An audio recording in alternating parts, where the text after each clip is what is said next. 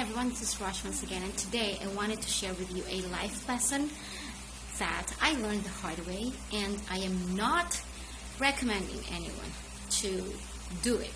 Alright, and I'll let you find out why. Back in 2013, when I started becoming a virtual assistant, I said to myself, this is it. This is the industry where I wanted to grow old and become successful with. And so when I received my first salary, I think even before that, the moment that I got accepted as a virtual assistant, the last savings that I have, as far as I can remember, it was 15,000 pesos. And I paid it for a condominium unit that I really, really like in Manila, because I said to myself, I wanted to live in Manila, but I don't want to rent an apartment. So that way, I will be forced to do everything that I can in my power to make it online. Or else, I'm just going to be wasting the money that I am going to pay for it. So every month, I'm paying 8,000 pesos. And I did that for 3 years. But little did I know, trouble is waiting ahead. Because just about 2 years after that, when I have a little bit of savings, and I had this urge to buy my first car, so I gave away my 210,000 pesos savings, the only savings that I have at that time, as a down payment for a car, because I felt that a car was a need back in that day. It was really, really very hard having 2 kids and 2 babies.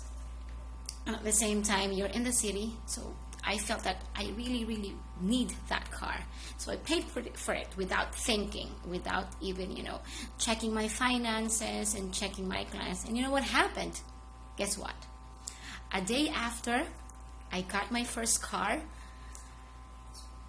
the client that I am getting my 90% of income from suddenly stopped and, stopped her contract with me. And of course, financially, I was so hurt, and I don't know where to get the money to pay for the car and the house, which I'm still paying for at that time, and I haven't even moved in yet. But then again, my husband said to myself, it's okay, let's just not return the car. I'll just go back to I'll go to the corporate world, because at that time, both of us are working all night and full time. So he said, I'll just sacrifice, I'll just work. And so he did. And I said to myself, oh, the car is the motivation for him to go to the corporate. But at least if I'd known it at that time, we should have gotten the car sooner. You know what I mean? Just kidding. But anyway, after we got that car, a year after, we have to move in. We have to move into our new house, to the condominium unit. And I didn't know, I wasn't prepared that I still have to shell out another. Aside from the monthly payment that I'm sending to them, I still have to pay more than 200,000 pesos just to move in. And I didn't know it at that time. So it was another decision that I don't know. And I miscalculated. It was another, financial burden at that time. But then again, there's one thing more. You have a condominium unit, you have a car, what are you going to do with it? See, there is nowhere you can park the car. So I was forced to get a parking lot just so I can park the car in the new house that we're living in. It was one decision after the other, one decision that I didn't think about, just because I wanted to push myself so hard to make it online. And my husband says it was me deciding through my emotions. And as I've told you earlier, I'm not recommending anyone to do it. Good thing, the car is still here, almost being paid off. We're still at home. It's not good.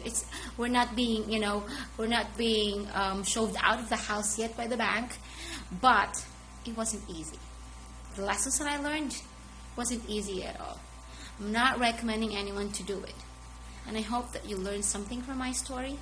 And I hope that when you buy a property next time, you would think about it and you would calculate the risks, you would calculate your finances, and hopefully don't experience what I experienced in the past.